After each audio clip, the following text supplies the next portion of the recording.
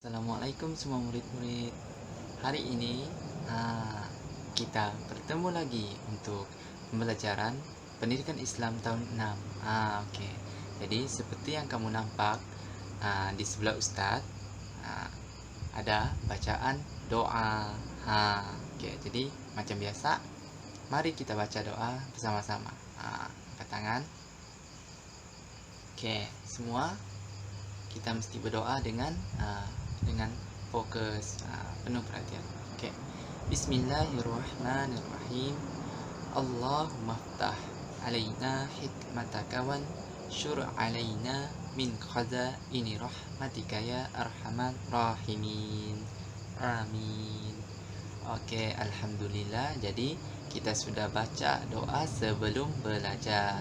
Jadi insyaallah hari ini kita mohon dipermudahkan pembelajaran kita.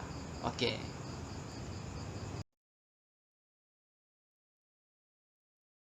Baiklah murid-murid semua. Oke. Sekarang kamu tengok apa yang di atas Ustadz nih. Oke, kamu baca. Oke, Ustadz nak tanya tentang beberapa soalan. Oke. Yang pertama, kamu pernah dengar tak tentang satu malam di bulan Ramadan? Satu malam di bulan Ramadan di mana malam tu lebih baik daripada 1000 bulan. Kamu pernah dengar kah? Siapa-siapalah cakap ada satu malam. Oke. Kalau kamu pernah dengar, oke, bagus. Oke, yang kedua, apa nama malam tu agak-agaknya? Apa nama malam tu? Ustaz bagi clue, malam tu dia ada nama surah dalam Al-Quran. Dia ada nama surah. Ada yang tahu? Oke. Ustaz sudah bagi Chan, ada yang tahu, ada yang tidak. Oke. Ustaz bagi tahu lah. Oke. Malam tu nama dia malam Lailatul Qadr. Lailatul Qadr. Lailatul Qadr. Oke.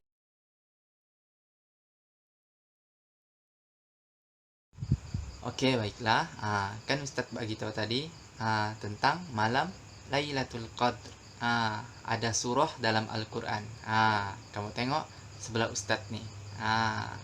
Ada surah Al-Qadr. Oke. Jadi hari ini sebelum kita belajar tentang lebih mendalam tentang surah Al-Qadr, oke, kita baca. Ustaz baca, kamu dengar. Ustaz baca, Ustaz berhenti, kamu boleh ikut. Oke. Bismillahirrahmanirrahim. Inna anzalnahu fi lailatul qadr. Wa ma adraka ma lailatul qadr.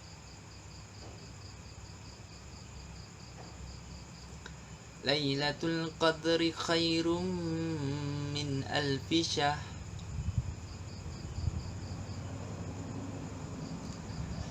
Tanazzalul malaikatu warruhu fiha biizni rabbihim min kulli amr.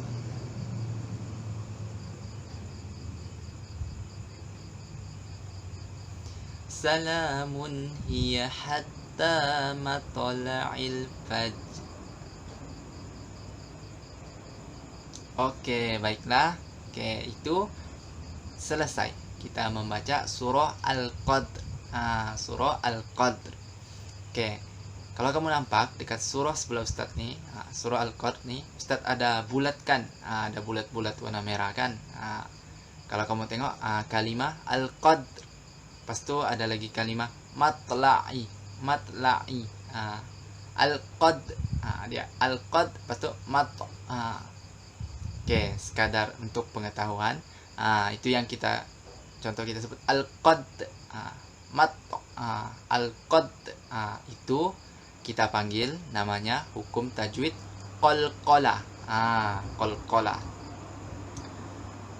Qalqalah ni kita apa? Kalau kita sebut ya ad, dia ada dentuman dia.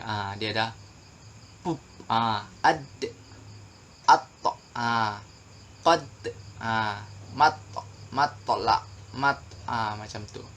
Itu qalqala.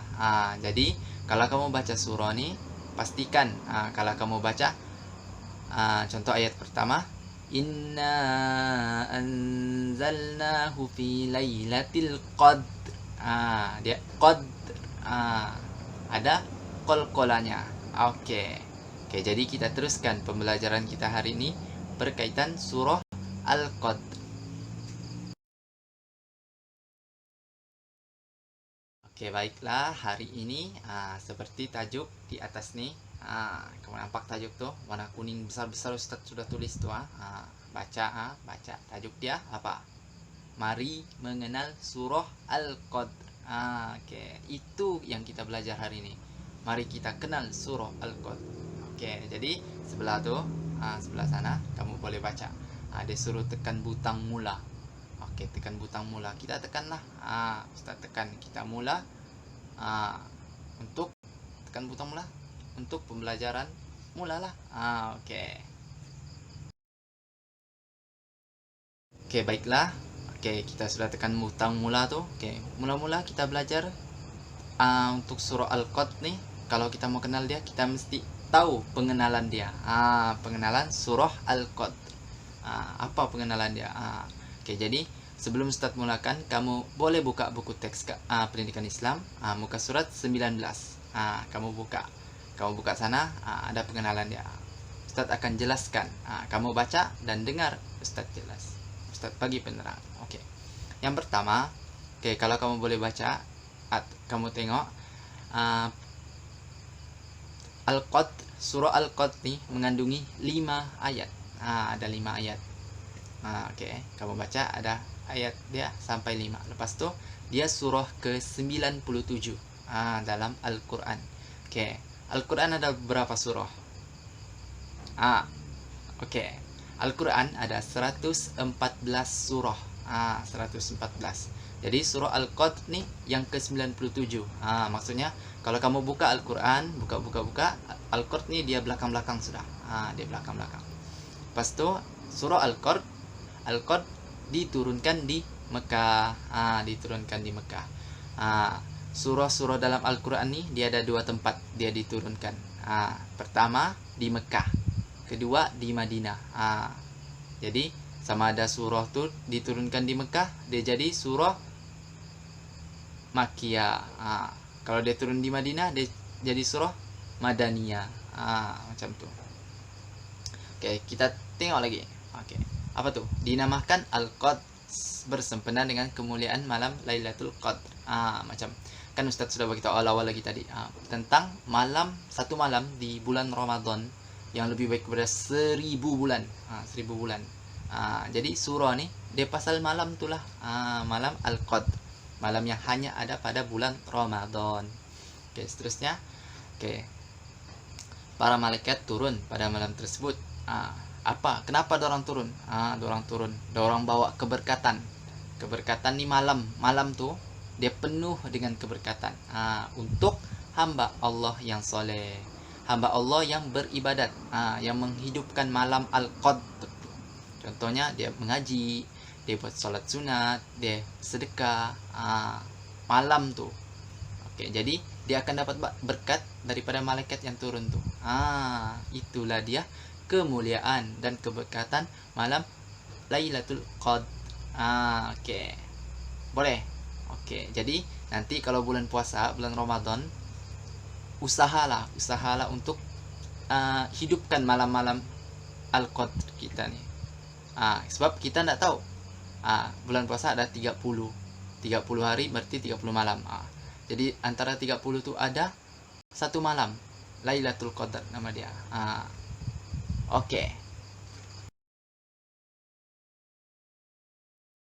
Baiklah, seterusnya kita belajar pula tentang arti ayat untuk surah Al-Qadr. Untuk itu kamu boleh rujuk muka surat 20. Di sini kamu boleh lihat ada 5 ayat surah Al-Qadr. Kita tengok satu-satu. Yang pertama, Inna anzalnahu fi lailatul qadr. Sesungguhnya kami telah menurunkan Al-Quran pada malam Lailatul Qadr. Ayat yang kedua, wa ma adraka ma Lailatul Qadr. Dan bagaimanakah engkau mengetahui tentang kebesaran malam Lailatul Qadr? Kemudian ayat yang ketiga, Lailatul Qadri khairum min alfi syahr. Malam Lailatul Qadr itu lebih baik daripada 1000 bulan. Kemudian tanazzalul malaikatu warruhu fiha biidzni rabbihim min kulli am. Pada malam itu turun para malaikat dan Jibril dengan izin Tuhan mereka, kerana membawa semua perkara yang ditakdirkan berlaku pada tahun berikutnya. Dan ayat yang terakhir, salamun hiya hatta matla'il fajr. Sejahteralah malam yang penuh berkat itu sehingga terbit fajar. Okey, ini adalah erti ataupun maksud bagi setiap ayat dalam surah Al-Qadr.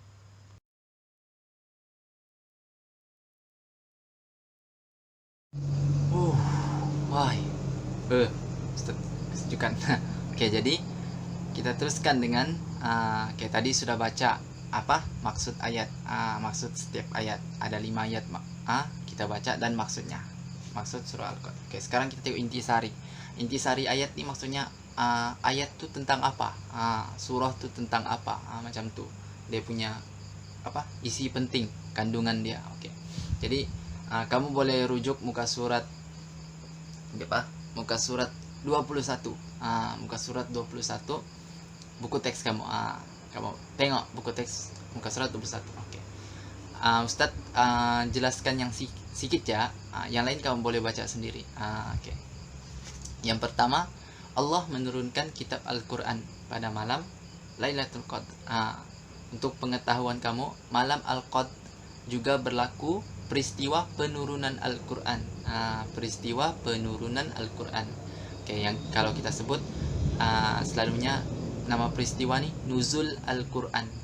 Nuzul Al-Quran. Nuzul Al-Quran tu peristiwa penurunan Al-Quran. Allah turunkan Al-Quran melalui perantaraan malaikat Jibril kepada Nabi Muhammad sallallahu alaihi wasallam. Itu dia kemuliaan malam Al-Qadr, turunnya Al-Quran. Kemudian pahala amalan, amalan maksudnya amal kebaikan lah pada malam tu. Malam Al-Qadr tu lebih baik daripada 1000 bulan. Ini Ustaz ulang balik-balik sudah. 1000 bulan tu lebih kurang lah, kita kira-kira 83 tahun. Bayangkan Ustaz bagi contoh, sekiranya malam Al-Qadr tu kamu solat sunat 2 rakaat. 2 rakaat pada malam Al-Qadr. Jadi seolah-olah macam kamu sudah sembahyang sunat selama 83 tahun. Lama kan? 83 tahun tu kamu sembahyang sunat konsisten setiap malam. Berapa banyak pahala yang kamu dapat? Nampak tu. Setiap pahala yang kamu dapat tu digandakan pula. Kena si banyak.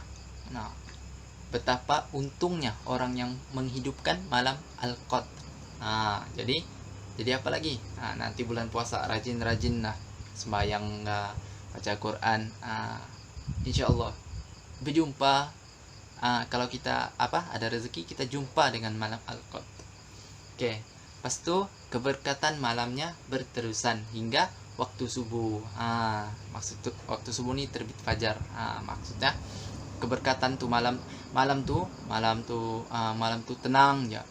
Berkat. Kamu ibadah, hati tenang, jiwa tenteram.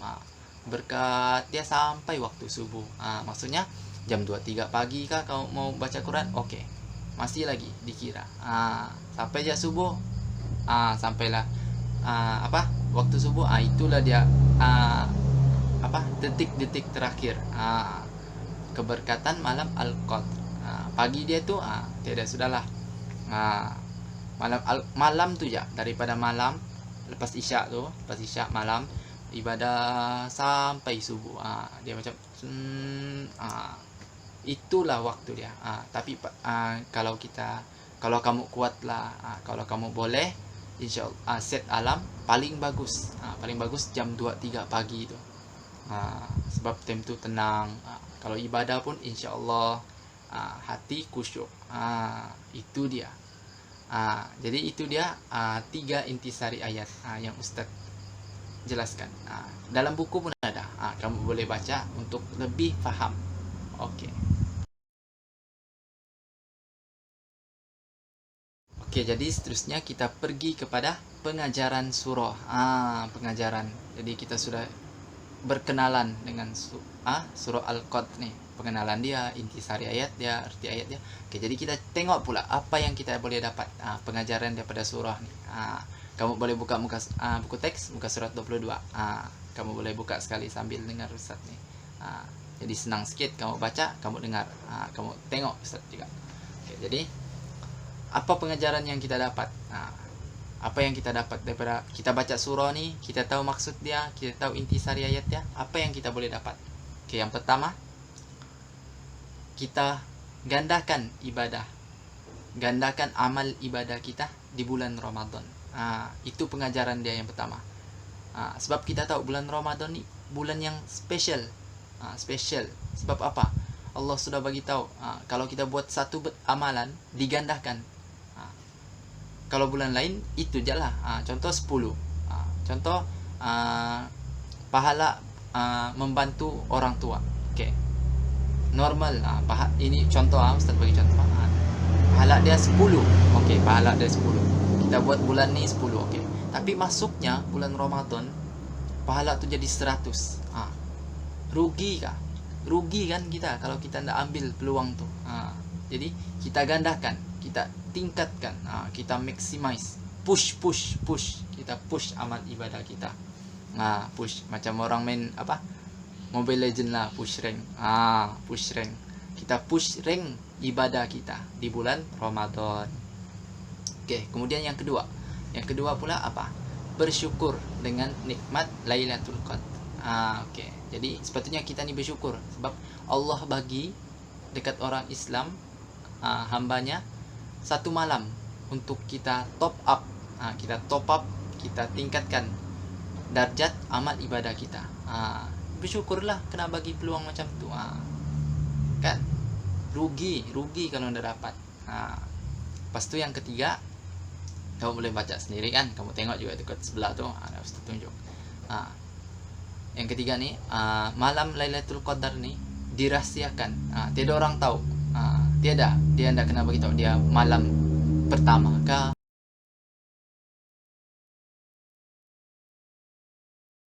malam keempat kah, malam ke-10 kah, 30 kah. Tiada orang tahu. Kenapa? Apa sebab dia? Why the because? Why the because? Okay, kenapa? Supaya manusia ataupun hamba Allah ni rajin ibadah sepanjang bulan Ramadan. Sebab dia tak tahu kan? Dia tak tahu. Okay, jadi dia start malam ni, malam first, malam second, malam pertama, kedua, ketiga sampai 30 tu. Dia konsisten sebab dia tak tahu mana satu malam Al-Qadar. Jadi dia buat semua. Kalau dia buat semua konsisten setiap malam, pasti ada kena satu malam. Satu malam Al-Qadar kena. Jadi dapatlah dia pahala amal kebaikan dia tu. Okay. Jadi yang keempat, ni yang Ustaz tunjuk ni sebelah ni.